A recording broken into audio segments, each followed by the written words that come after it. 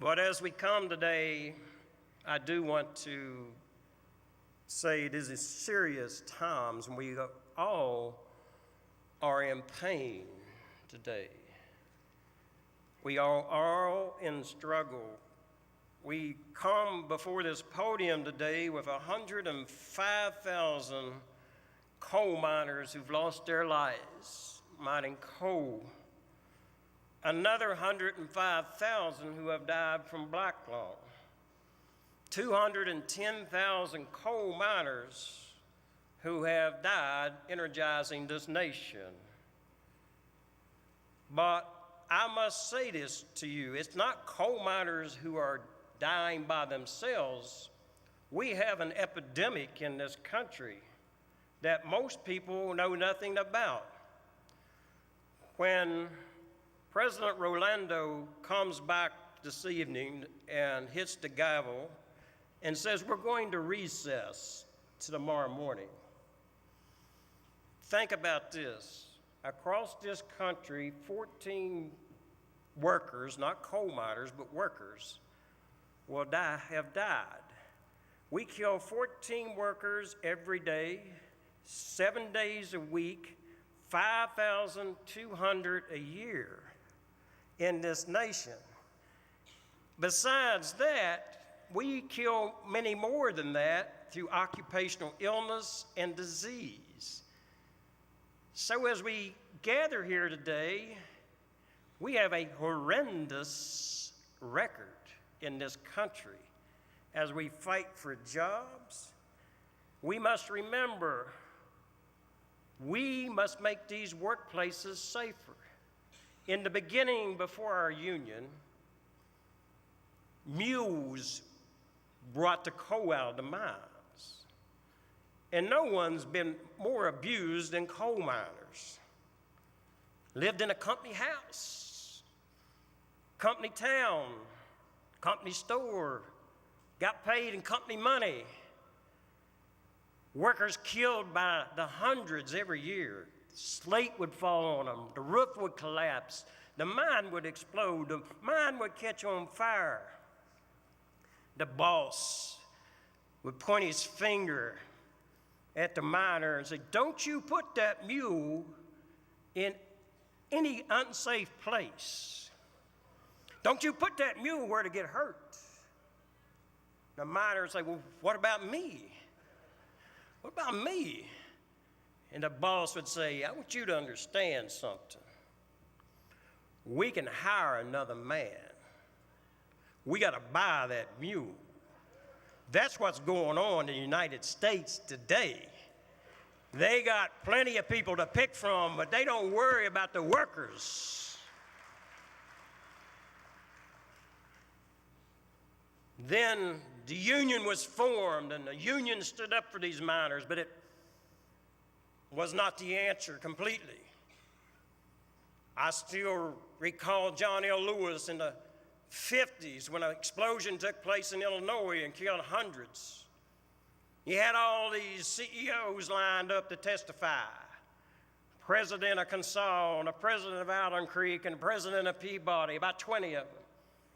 The chairman of the committee asked them all to introduce themselves, and then they came to Mr. Lewis, and he was 5'8" and about 250 pounds. Got up and he said, Mr. Chairman, my name's John Lewis. I represent those miners who are still alive, and sat down. He stole that entire hearing. But Mother Jones gave us some direction. Let's have all the women stand up in here. Come on, that's some beautiful women in this place and leaders in your union. Women, stand up.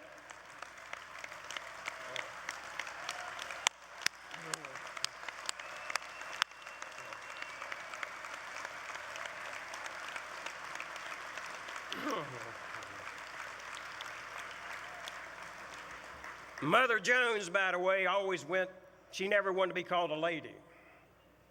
Mother Jones said, the rich aristocrats, made ladies, but God Almighty made the women. But she told us Every time there was tragedy, pray for the dead, fight like hell for the living. That's our chore today. That's our challenge today, delegates. Pray for the dead, but we got to fight like hell for everybody else when we leave this convention.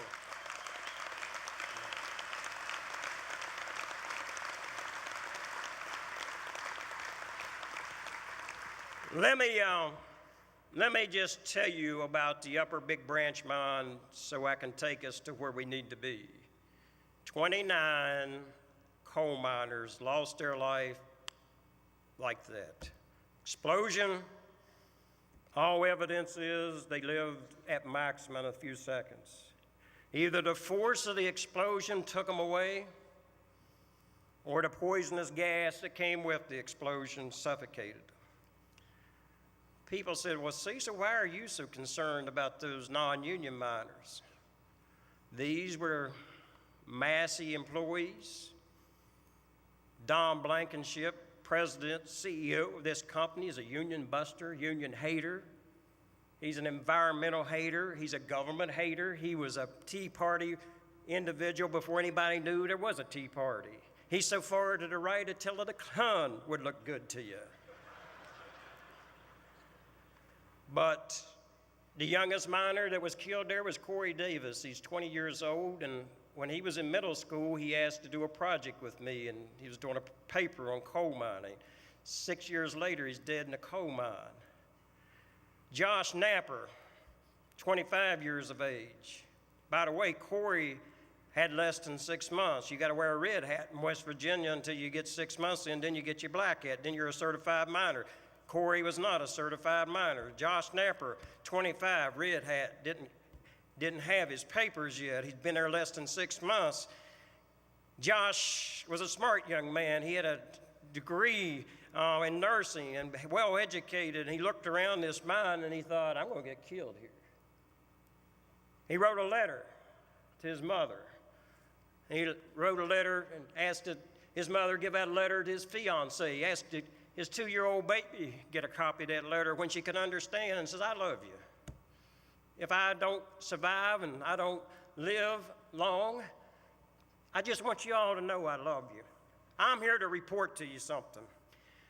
That's the kind of letter young people write when they're going off to Vietnam, World War I, World War II, Korea, and the Mideast. That sure as hell ain't the letter you write when you get in your dinner bucket to go to work. There's something wrong with that picture, and we've got to fix it.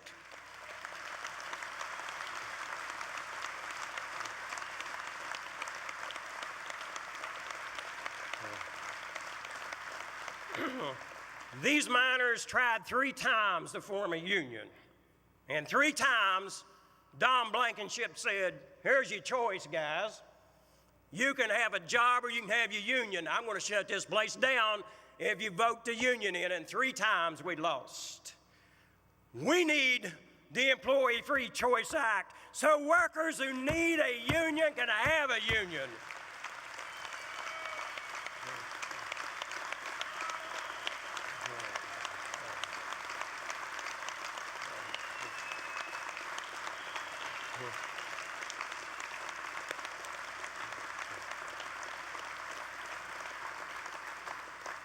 Let me tell you what ought to happen to Don Blankenship.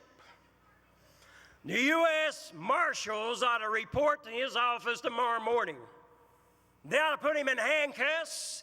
They ought to put him in chains. They ought to march his ass off to jail, and he ought to never get out because he's the responsible person for 29 workers losing their lives. And there's a lot of Don Blankenships out there, and they all ought to be in the penitentiary.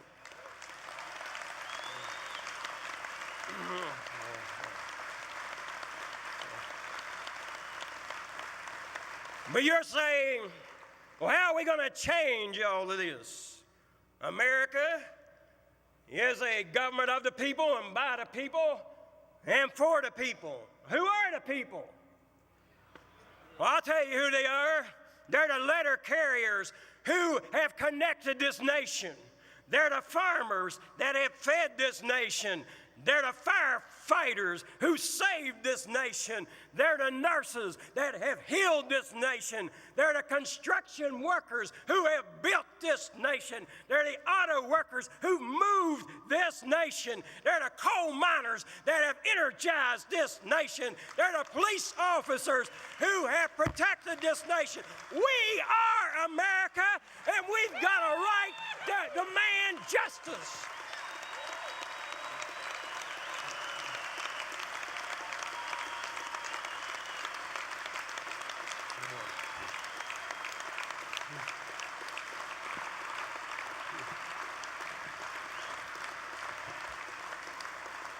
There is this raging debate right now about another stimulus plan, about how to create jobs, but I've got the answer. This coal miner from 15 miles up Cabin Creek has got the answer to every problem in America. You want a safer workplace? Join a union. You want higher pay? Join a union. You want more health care? Join a union. You want better pensions? Join a union. You want a voice at work? Join a union. You want to rebuild America? Join a union. You want a fairness in the workplace? Join a union. You want to eliminate poverty? Join a union. You want more democracy? Join a union. You want a better America? Join a union. You want to tell the boss to kiss your ass? Join a union.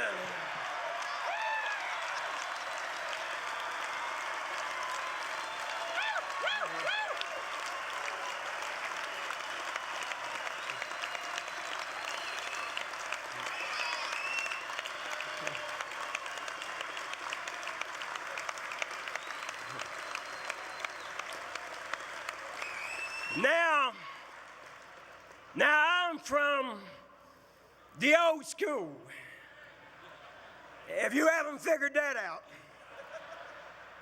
I don't believe you can change things unless you get up and fight for that change. I say you gotta be about the business of marching. I submit to you that John L. Lewis marched. I submit to you that Mother Jones marched. I submit to you that Dr. Martin Luther King marched. I submit to you that Cesar Chavez marched. I submit to you that Jesus marched. I submit to you that Moses marched. And I want to report to you that Moses did not send Pharaoh no facts. And he didn't send Pharaoh an email. Moses went to see Pharaoh. And I tell you this, if you want to fight back, take your country back, you're going to have to get off your asses. You're going to have to get on your feet. You're going to have to get out the door and hit the street. Now, I got a question for you. Are you ready to fight? Yeah. Are you fired up? Yeah. Are you fired up? Yeah. Let me hear you say fired up. Yeah. Let me hear you say fired up. Yeah. Let me hear you say fired up. Yeah. We can take our country back. Then in the immortal words of Dr. King, we can say, free at last, free at last. Thank God Almighty, we're free at last.